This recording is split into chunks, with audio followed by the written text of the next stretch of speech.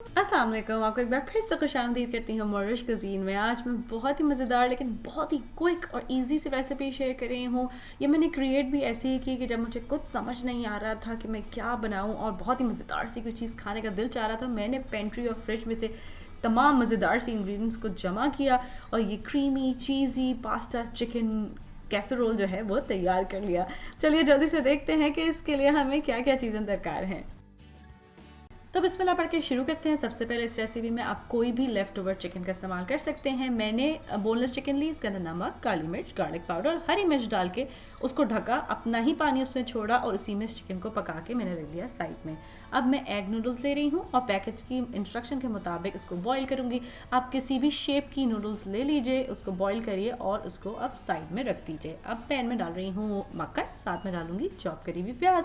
प्याज को इतनी देर के लिए पकाऊंगी कि वो नरम पड़ने लगे। फिर इसके अंदर डाल रही हूँ कुटा हुआ लहसुन, 30 सेकंड से 1 मिनट तक उसको भी भूनेंगे। और अब इसके अंदर मैं शामिल कर रही हूँ फ्रोज़न कॉर्न्स और फ्रोज़न मटर। आप चाहें तो किसी भी किस्म की सब्ज़ी का इस्तेमाल कीजिए। 3 से 5 मिनट के लिए इसको अच्छा सा पकाइए। फिर इसके अंदर मैं शामिल कर रही हूँ सावर क्रीम, इसके साथ डाल रही हूँ दूध और फिर इसके अंदर डालूंगी क्रीम ऑफ मशरूम सूप का कैन।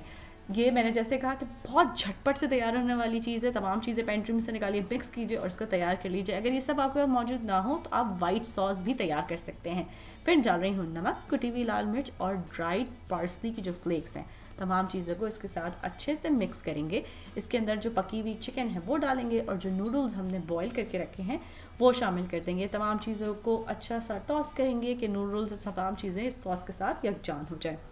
अब इसके अंदर मैं डाल रही हूँ श्रेडेड चेडर चीज़। जो चेडर चीज़ रेसिपी में दरकार है उसकी आधी मैंने इसके अंदर शामिल की है। चूल्हे को अब कर देंगे फ़ौरन से बंद और इसको अब हम अपनी बेकिंग डिश में ट्रांसफ़र करेंगे। मैं 13 बाई 9 इंच की बेकिंग डिश ले रही हूँ और इस तमाम मिक्सचर को मैं इसके अंदर डालूंगी और इसको इस तरीके से फैला दूंगी।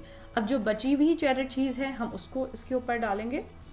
इसके बाद इसको साइड में रख रहे हैं और एक प्याले में मैंने मक्खन को मेल्ट कर लिया है और उसके अंदर मैं शामिल कर रही हूँ रिट्स क्रैकर्स। सो रिट्स क्रैकर्स का पूरा रोल लिया है, उसको इस तरह क्रश करके इस मक्खन में इस तरीके से मिक्स करके रख लिया है। अगर रिट्स क्रैकर्स ना इस्तेमाल करना चाहें तो ब्रेड क्रम्स का भी आप इस्तेमाल कर सकते हैं।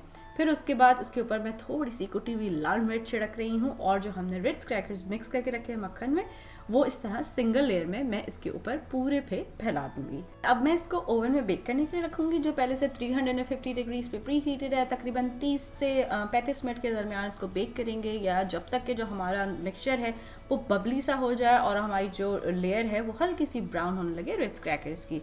इसको बाहर निकालेंगे और इसके ऊपर मैं फ्रेश पार्सली को चॉप करके इसके ऊपर डाल रही हूँ और फिर ये मज़ेदार सा क्रीमी चिकन चीज़ी कैसरोल तैयार है।